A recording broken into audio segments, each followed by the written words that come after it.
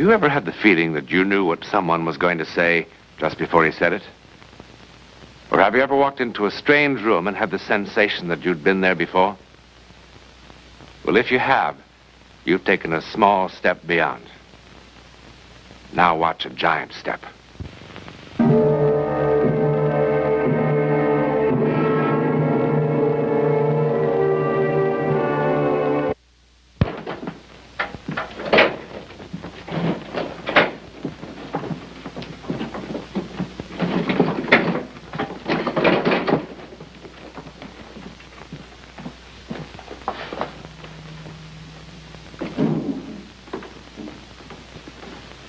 I'm looking for Lieutenant Barnes. That's me. Oh, Mr. Newland, isn't it? Yes. Well, didn't you get my wire last night? No, just the letter. Oh, well, I sent you a wire and told you not to come up. Well, that's strange I didn't get it. The letter said the house was being torn down today.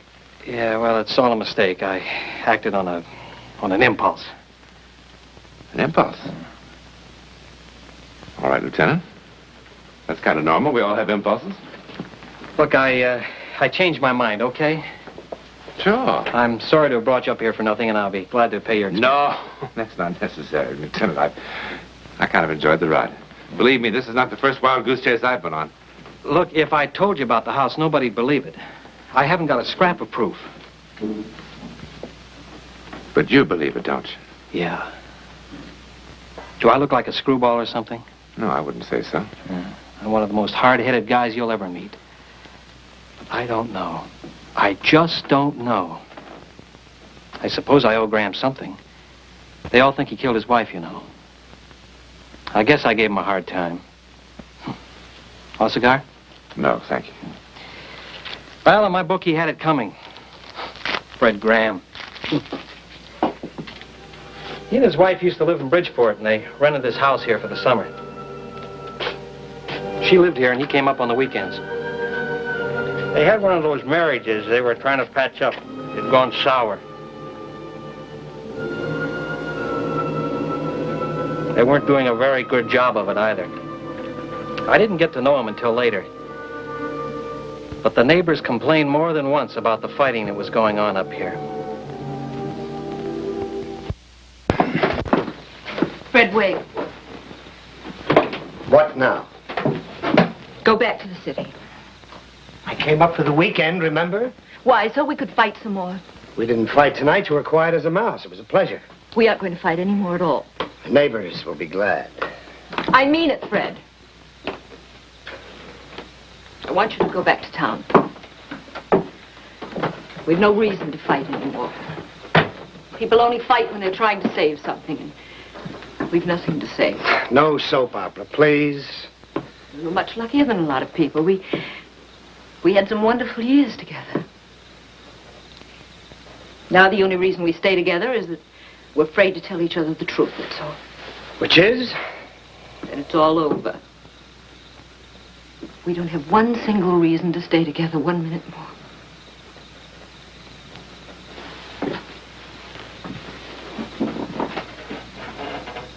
You want a divorce? Well, do you? No. Then what? I'm just going into the house. It's a remarkable house. Terrible house. I was sitting in the living room this afternoon thinking about how absolutely finished we were. And deciding it was all my fault. No, it's nobody's fault. I just felt empty and useless. Just wanted to die. I didn't have one reason to be alive. Not one single reason, not a child. And whose fault is that?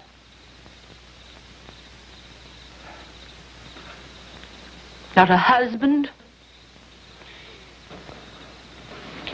I felt like this before. I've taken a sleeping pill or a drink and slept it off, but this afternoon in that house, something happened to me.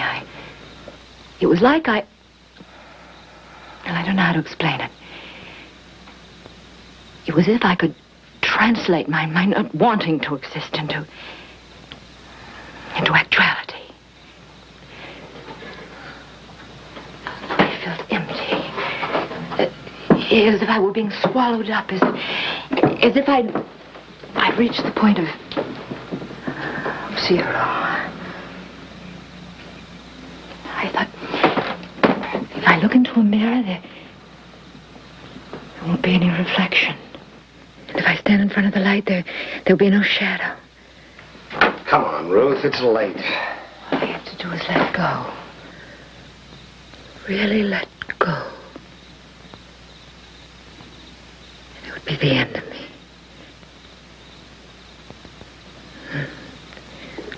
Then I heard your car in the driveway, and I thought, wait.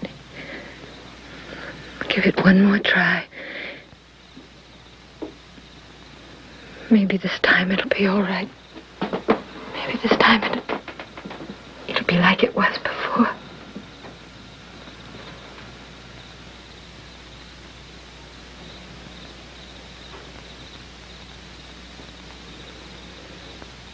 How silly.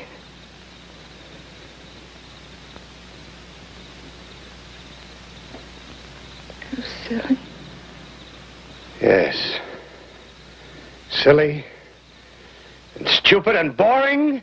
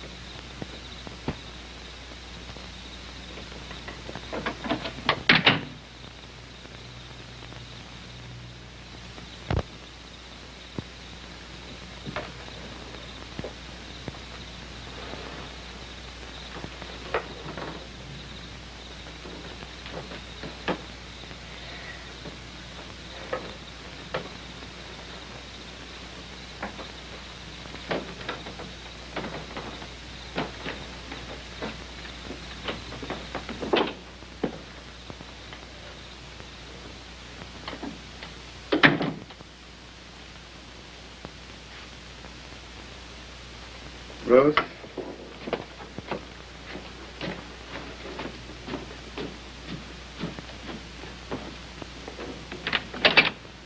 Ruth, why don't we stop all this nonsense and try to get along like grown-up people do?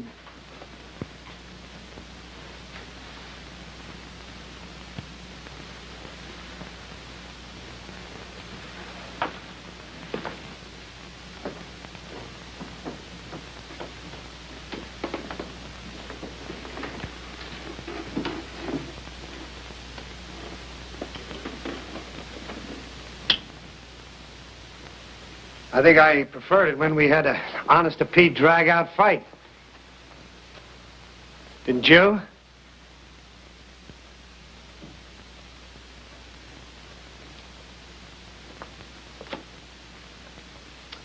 What are you, 3 years old or something? Where are you?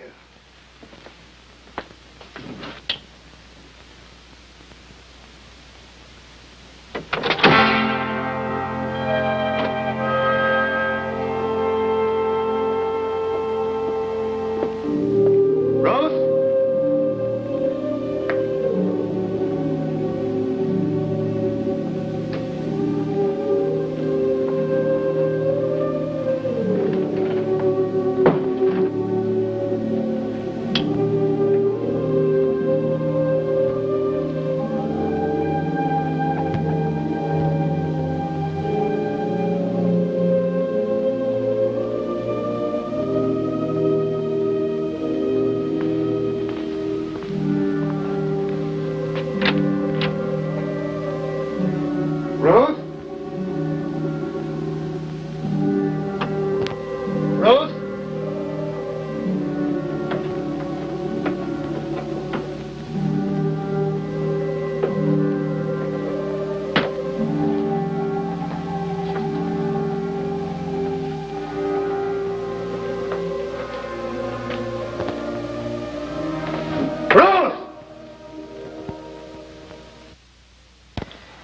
Well, Mr. Graham called and asked me to come over to his house at 9:30 that night. What'd he say? But his wife had disappeared. Did he have any idea where she'd gone? No, but he had a pretty wild theory. Yes? Well, he was kind of excited and upset, and he didn't seem to make much sense, but... Well, the gist of it seemed to be that she had walked into the house and vanished into thin air. That's what happened, I swear. What did you do then, Lieutenant? Well, I looked the house over from top to bottom. I couldn't find her or her body. Your Honor, I move the phrase, "or her body," be stricken from the records. Well, all right, Henry, but again, let me remind you that this is only the preliminary hearing, not a trial, and the prosecutor is allowed a little more leeway to develop his case. Go ahead, Lieutenant. Well, and I checked all the neighbors here in town. Yes? There seemed to have been some trouble in the marriage. A lot of fights. Your Honor, that's hearsay. I have 10 witnesses who are willing to go into great detail. Your Honor, that's nobody's business but mine. Then I went to Bridgeport, to the apartment. Checked the neighbors there. It was the same story. I have several sworn statements from the neighbors, Henry. What else did you do to try to locate Mrs. Graham besides going through the house? Well, we dragged the lake for 3 days and couldn't find a body. Sent wires to all her friends and relatives. We sent a missing persons circular throughout the East. And no results? Nothing. With all this evidence of motive piling up on my desk, I went over to the district attorney's office and asked him to swear out an indictment of murder. I didn't kill Ruth. Mr. Graham, you must not do that again. That's the case for the state at this time. Except that I would again like to point out that perhaps people disappear into thin air in India or places like that, but not in good old Connecticut. And I strongly believe that we have enough evidence to hold this man for trial. Based on what's been presented today, the court must find that the prosecution has failed to make any case at all in the important area of corpus delicti. Lacking circumstantial evidence that a crime has been committed, the charge of murder in the first degree is dropped. Does that mean I'm free? Sounds like it, doesn't it? Thank God. Let me urge the prosecutor to continue his investigations, and let me assure him that should there be new evidence, this court will be very happy to cooperate to the fullest in the cause of justice.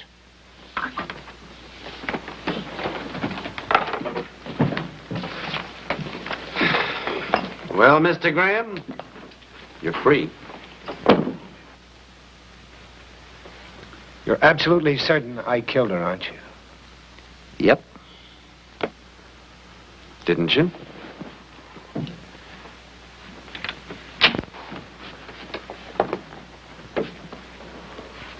Nice going, Graham.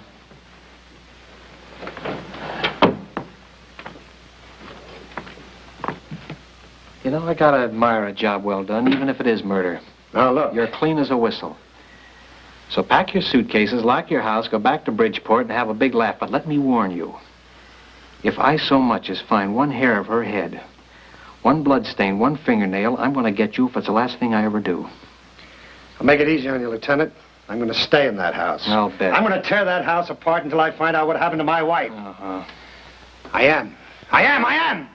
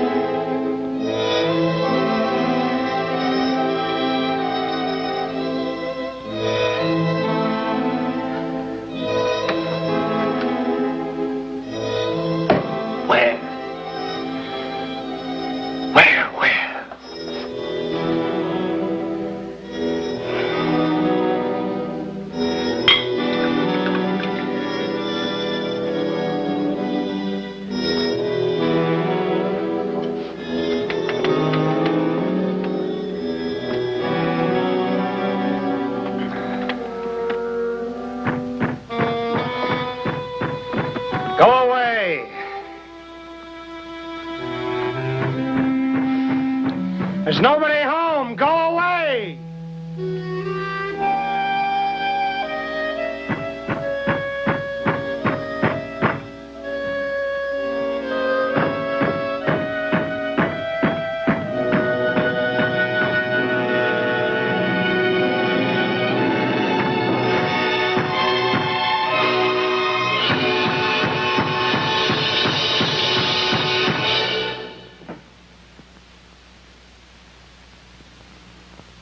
What is this? Who are you?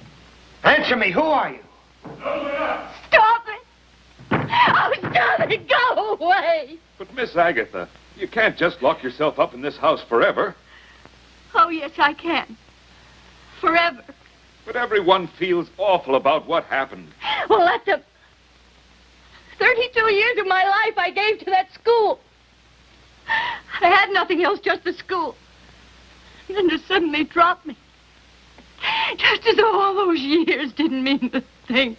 Well, you know how the town felt about it. I don't want to talk about it. You have to come out sometime.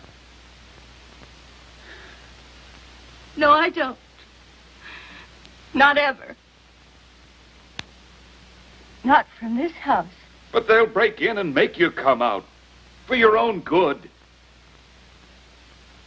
Let them try. Who are you?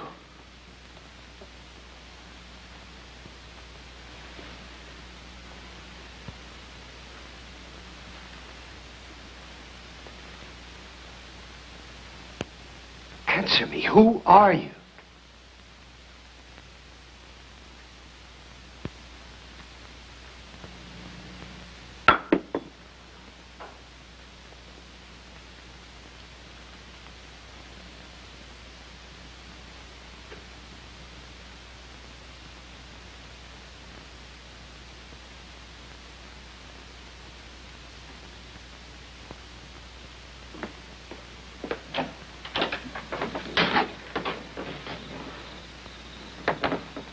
What's the matter with you? You look terrible. Something crazy just happened. What's the matter? You been drinking? She talked just like Ruth did. Who? Name was Agatha. What are you talking about? She taught school for 32 years. Who did? What are you doing in front of my house? Well, I like to sit here and hear you tear things apart. I reported you to the real estate man. That was my duty, you know. But he said you'd posted a bond to take care of all the damages, so it was okay with him. Besides, they're going to tear this house down and build a highway through here. Look, when are you going to stop this foolishness and tell me how you killed her? You're going to feel a lot better about it when you do. Leave me alone. I'll never leave you alone. Where would the school records be kept? The city hall. Are they public records? Could I get to them? Yeah. You're a citizen, aren't you?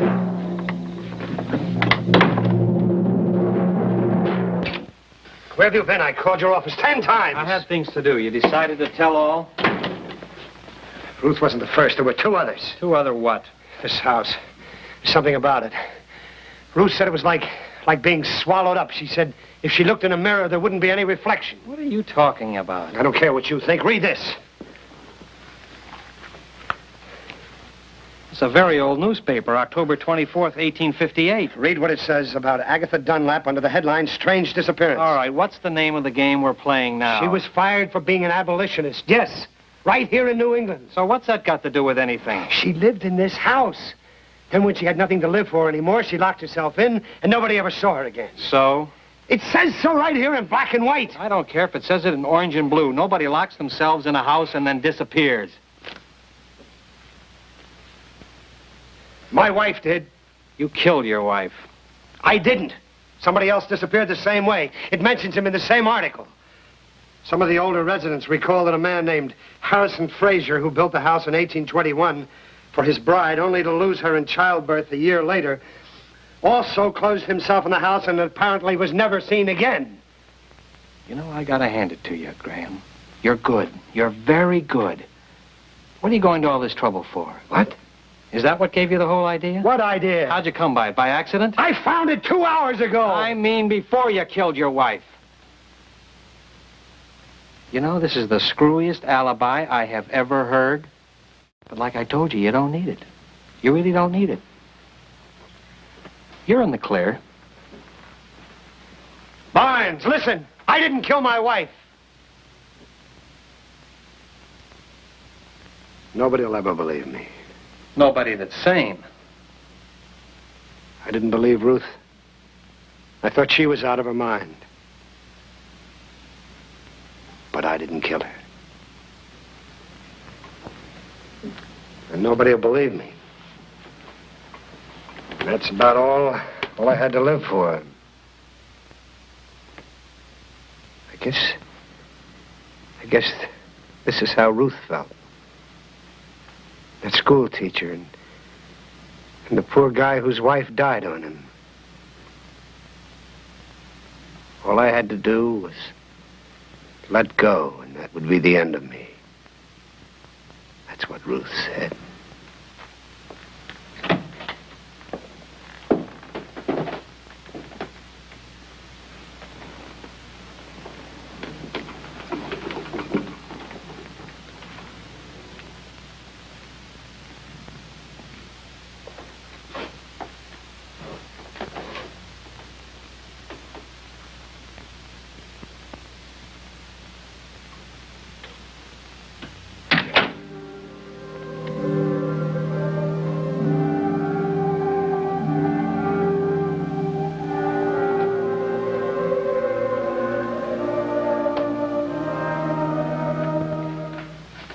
But he wasn't in the house. He wasn't there. Now, be logical. How can that be? Well, it's happened many times before, Lieutenant. People have simply vanished from ships, airplanes, and houses just like this, without a trace. Look, nobody in town knows about this. They all think he took off, so if you do decide to use any of it, change the name or change the place, change anything, will you? I understand, sir. Okay. Thank you. Where can he be? I haven't the slightest idea.